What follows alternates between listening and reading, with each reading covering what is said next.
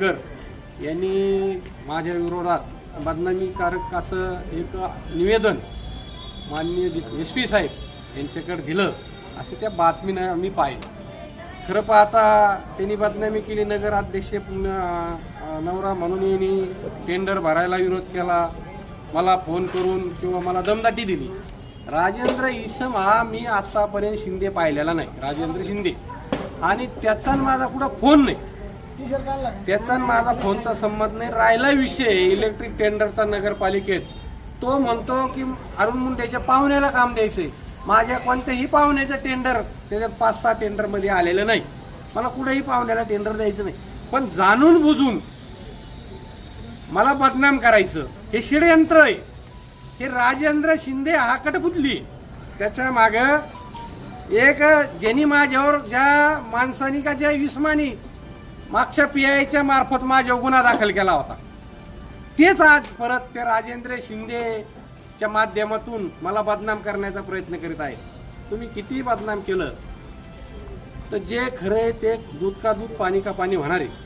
मी आता शेवगाव पोलीस स्टेशनला एक केस दाखल करायला आलो। मी आता त्याच्यामध्ये नमूद केलंय मी कुठंही राजेंद्र शिंदेना फोन केलेला नाही, माझा आणि त्याची कुठं ओळख नाही, मी कोणत्याही विस्माला दमबाजी केली नाही। आणि दुसरी गोष्ट, मी उद्याच्या दिवसापर्यंत त्या राजेंद्र इसमेला बोलून शिंदेला बोलून त्यांनी ना कुठं मी फोन केला आहे, त्याला कुठं दमदाटी केली, त्याच्या फोनवर माझा कोड रेकॉर्डिंग आहे, ते डिपार्टमेंटनी तपासावा, नसता उद्या मी त्याच्यावर गुन्हा दाखल करणार आहे। आणि ज्या चॅनलनी माझ्या विरोधात बिगर कामाची बदनामी केली, शहानिशा केली पाहिजे पत्रकारांनी, पेपरनी, की खरंच हे खरं आहे का? एखाद्या व्यक्तीवर 27-28 वर्ष झालं राजकीय जीवनामध्ये मी काम करतोय आणि एखाद्या व्यक्तीचं बदनामी करीत असताना विचार केला पाहिजे। मी सांगतो, त्या मतदारसंघामध्ये ज्याला वाटतं आमच्याशिवाय ह्या तालुक्यात ह्या मतदारसंघात कोणी नेतच राहायला नाही पाहिजे, अशांनी काल हे सगळं षडयंत्र आखलंय। मी जर एखाद्या डिपार्टमेंटकडे अधिकाऱ्याकडे गेलो, तिथं सुद्धा फोन करून सांगितलं जातं अरुण मुंडेचं ऐकू नका, त्याला मदत करू नका। अरे अरुण मुंडे एवढा दूध खळा नाही, अरे तुम्हाला पालथं केल्याशिवाय मी राहणार नाही, काळजी करू नका, माझ्यात बी धमक आहे। पण असे खोटे नेटे ना लबाडी धंदा तुम्ही बंद करा। एक दिवस तुम्हाला आम्ही ह्या तालुक्यामध्ये निश्चित गाडल्याशिवाय राहणार नाही, एवढं बोलतो। आणि ज्या राजेंद्र शिंदेनी खोटा गुन्हा दाखल केलाय, त्याच्यावर मी खोटा माझ्या वाळा आणलाय, त्याच्यावर मी गुन्हा दाखल केल्याशिवाय राहणार नाही। तर माध्यमातून जी बातमी आम्हाला कळाली की अरुण भाऊ मुंडे यांनी राजेंद्र शिंदे नामक व्यक्तीला दमदाटी केली, अशी बातमी प्रसारमाध्यमातून आमच्या समोर आली। खरं पाहता त्या बातमीचा सारांश करताना पत्रकार लोकांनी त्या गोष्टीची शहानिशा करायला पाहिजे होती की मुंडेंनी खरंच फोन केला आहे का, मुंडेंची त्या व्यक्तीची भेट झाली आहे का, ती व्यक्ती काळी का गोरी हे मुंडेंनी देखील पाहिलेलं नाही।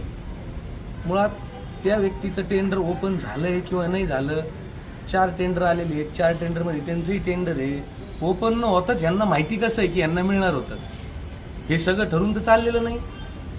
जर ह्या गोष्टीमागं आर्थिक काही गोष्टी असतील, राजकीय काही गोष्टी असतील, षडयंत्र रचून जर आमच्या पक्षाचे नेते अरुण भाऊ मुंडे यांना बदनाम करण्याचं जर षडयंत्र तुम्ही रचत असाल तर हे योग्य नाही। तुम्हाला लढायचं, तुम्ही राजकारणात कोणत्याही स्टेजला जाऊन लढा, पण व्यक्तिगत जाऊन जर एखाद्या खोटे नाटे आरोप जर तुम्ही करताल तर हे योग्य नाही।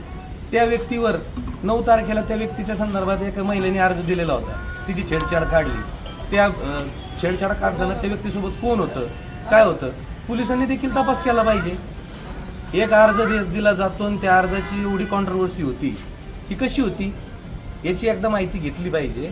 मेन मुद्दा असा की जर एखादा व्यक्ती टेंडर भरतोय तर त्यांनी शेवगाव पालिकेत आलं पाहिजे।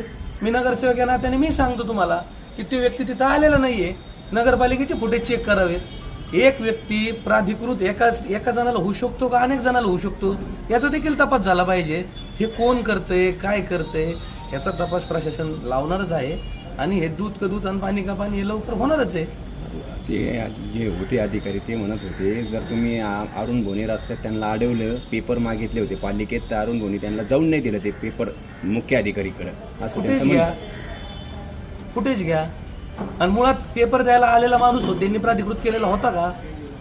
तो रामदास शिंदे ते राजेंद्र शिंदे होता का? उद्या मी कोणाचा अर्ज तिथं नेऊन देईल, चालेल का? उद्या तुम्हीच आरोप काय करणार आहेत? खोटे नाटे कागद दिले तिथं पालिकेतून. अरुण भोनी सांगितलं का तुम्ही हे पेपर घेऊ नका, टाळाटाळी करा त्यांना, आणि हे पेपर तिकडे वैर जाऊन देऊ नका, यांचं त्यांनी टेंडर पुरावा द्यावा.